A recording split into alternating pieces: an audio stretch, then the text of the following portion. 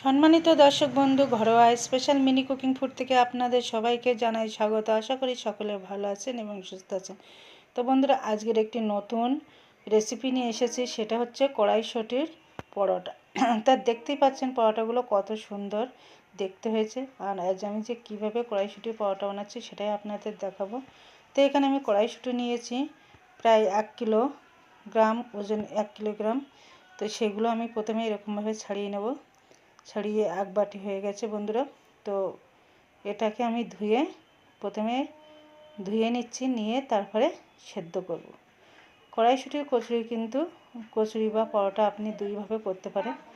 এক সেদ্ধ করে করতে পারেন, আর এক কাঁচা অবস্থায় পেস্ট করে করতে পারেন।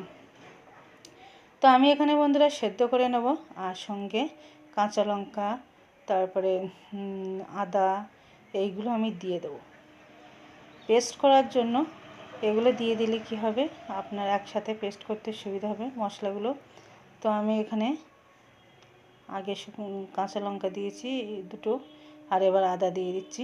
এবার শুকনো লঙ্কা দেবো, আর বাকি শুকনো লঙ্কাগুলো আমি আবার দিয়ে দেবো। যাই হোক, পরিমাণ মতো ঝাল, বা যারা ঝাল খেতে পছন্দ করেন তারা দিয়ে দেবেন। আর এগুলো আমি যখন কচুরিটা বানাবো তখন কাঁচা অবস্থায় দেবো। তা কাঁচা অবস্থায় দেওয়ার জন্য আমি কেটে নিয়েছি ধনেপাতা, কাঁচা লঙ্কা, দুটো পেঁয়াজ কুচিয়ে নেব। আর কড়াইশুঁটিটা আমি তার মধ্যে সেদ্ধ বসিয়ে দিয়েছি, দেখতেই পেয়েছেন। ওটা সেদ্ধ হয়ে গেলে তারপরে পেস্ট করে নেব। তো এগুলো কাটা হয়ে গেছে। তো আমি বড় একটা বাউলে ঢেলে নিলাম। নেওয়ার পরে আমি দেখব আমার কড়াইশুঁটিটা কতটা সেদ্ধ হয়ে গেছে। তো কড়াইশুঁটি মোটামুটি সেদ্ধ হয়ে গেছে। তো আমি এবার এগুলো মিক্সারের বাটিতে ঢেলে নিচ্ছি, নিয়ে এটাকে পেস্ট করব। পেস্ট করার আগে এই যে শুকনো লঙ্কা দিয়ে দিলাম, আর পেস্টও হয়ে গেছে বন্ধুরা, দেখুন। এবার এই পেস্টটা আমরা পুরোটাই এই যে ধনেপাতা, লঙ্কা, পেঁয়াজ কেটে রেখেছি তার উপরে দিয়ে দিচ্ছি। এবার এর উপরে আমরা ময়দা বা আটা দিয়ে আমরা কিন্তু পরোটা বানাবো বন্ধুরা। আটা দিয়েও কিন্তু সুন্দর পরোটা তৈরি করা যায়। তা আপনি এখানে দেখে বুঝতে পারছেন, ময়দাও দিয়েছি, আটাও দিয়েছি, দুই রকম এখানে কিন্তু আমরা পেস্ট করে দিয়েছি, মিক্সড করে। তো প্রথমে আমি একটু অল্প পরিমাণে জল এখনও আমি ইউজ করিনি, যেহেতু আমার পেস্টটা দেওয়া হয়েছে, তাই আটাটা ভালো করে মিশিয়ে নিচ্ছি।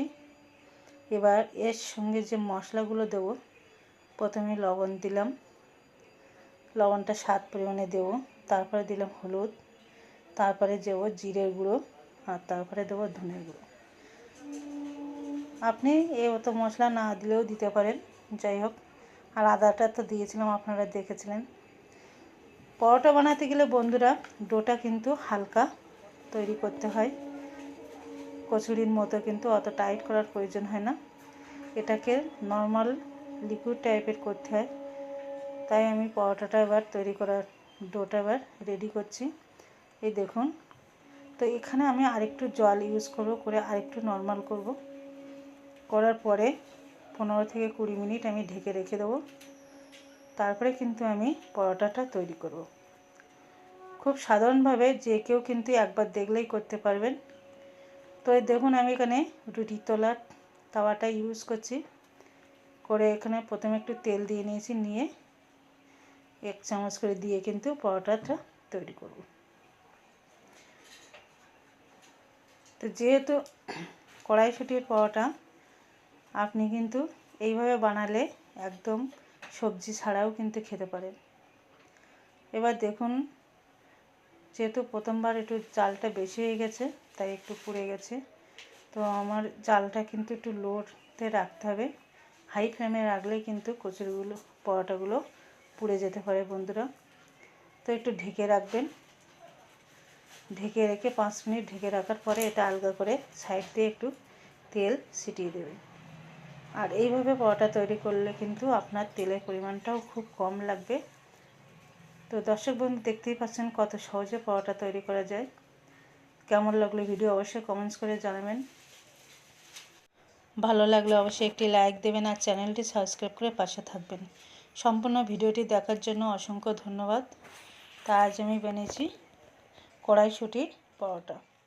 আজ এই পর্যন্ত।